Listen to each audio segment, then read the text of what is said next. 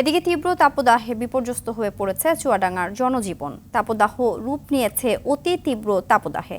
রোববার দেশের সর্বোচ্চ তাপমাত্রা 42.2 ডিগ্রি সেলসিয়াস রেকর্ড করা হয় চুয়াডাঙ্গায়। সকাল থেকে সূর্যের চোখ প্রখর তাপে অতিষ্ঠ জনজীবন। হাসপাতালে বাড়ছে রোগীর চাপ। সামান্য স্বস্তি পেতে গাছের ছায়ায় আশ্রয় নিচ্ছে মানুষ। এদিকে তীব্র তাপদাহে শহরের পাশাপাশি গ্রামগঞ্জে বিদ্যুৎ না থাকায় স্থবির হয়ে পড়েছে জীবনমান। ঠিকমতো বিদ্যুৎ না থাকায় ব্যাহত হচ্ছে কৃষিকাজ। স্থানীয় আবহাওয়া অফিস জানিয়েছে আরও কয়েকদিন তীব্র তাপমাত্রা বিরাজ করতে পারে।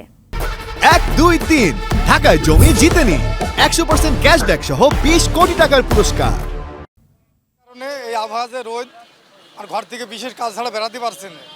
আর বেড়ালে মনে হয়েছে এই আগুনের মতো ছাড়া লাগছে চোখে, বাইরে বেড়ানোর কোনো সুযোগই পাচ্ছে না। এই গরমের এই 1 সপ্তাহ 10 দিন ধরে এই তাতে মানুষ বেড়াতে পারছে না। এতে করে আমাদের ভাড়াবাদি কিছুই হচ্ছে না। আমাদের চাল ডাল কিনবো 1 কেজি 2 কেজি চাল কিনতে পারছি না। ওই সারাদিন ঘুরে সকাল থেকে রাত পর্যন্ত ওই 200 হচ্ছে, 250 হচ্ছে, 300 হচ্ছে, আবার হচ্ছেও না। দর্শক, এ বিষয়ে বিস্তারিত জানাতে চুয়াডাঙ্গা থেকে সরাসরি যুক্ত হচ্ছেন সহকর্মী জহির রায়হান সোহাগ। জহির, গ্রামে থাকছে না বিদ্যুৎ, সেচ নিয়ে বিপাকে কৃষক।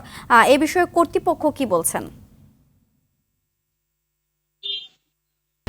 1, 2, 3 ঢাকায় জমি জিতে নিন 100% ক্যাশব্যাক সহ 20 কোটি টাকার পুরস্কার। আসলে সিনথিয়া, আপনি সংবাদে তাপমাত্রার বিষয়ে দর্শকদের যেমনটি জানাচ্ছিলেন, প্রতিদিনের মতো কিন্তু আজকেও উত্তপ্ত হয়ে উঠেছে চুয়াডাঙ্গার জনপদ। আমরা দেখেছি গতকালকেও দেশের সর্বোচ্চ তাপমাত্রা রেকর্ড করা হয়েছে চুয়াডাঙ্গা জেলায়। আসলে এই চলতি মৌসুমে 6 দিন কিন্তু দেশের সর্বোচ্চ তাপমাত্রা বিরাজ করেছে চুয়াডাঙ্গা জেলায়।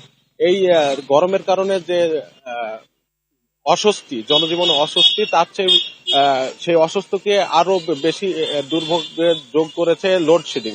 এই বিশেষ করে রাতের বেলায় যে লোডশেডিং, সেটা তীব্র মাত্রা দুর্ভোগ যোগ করেছে। আজ সকাল থেকে মাঝে মাঝে বিদ্যুৎ চলে যাচ্ছে।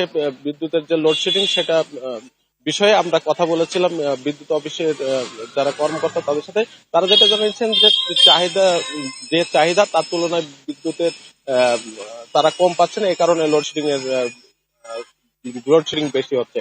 আর শেষ যে কার্যক্রম, সেটা চরমভাবে ব্যাহত হচ্ছে। বিশেষ করে পানির স্তর নিচে নেমে যাওয়ার কারণে কিন্তু দিনের বেলায় কিন্তু সেচের যে কার্যক্রম, সেটা হচ্ছে না। আর রাতের বেলায় এই লোডশেডিং, এই কারণে কিন্তু সেচ কার্যক্রম চরমভাবে ব্যাহত হচ্ছে। এতে কিন্তু ক্ষতিগ্রস্ত হচ্ছেন কৃষকরা, এটাই তারা জানিয়েছেন। সিনথিয়া, ধন্যবাদ।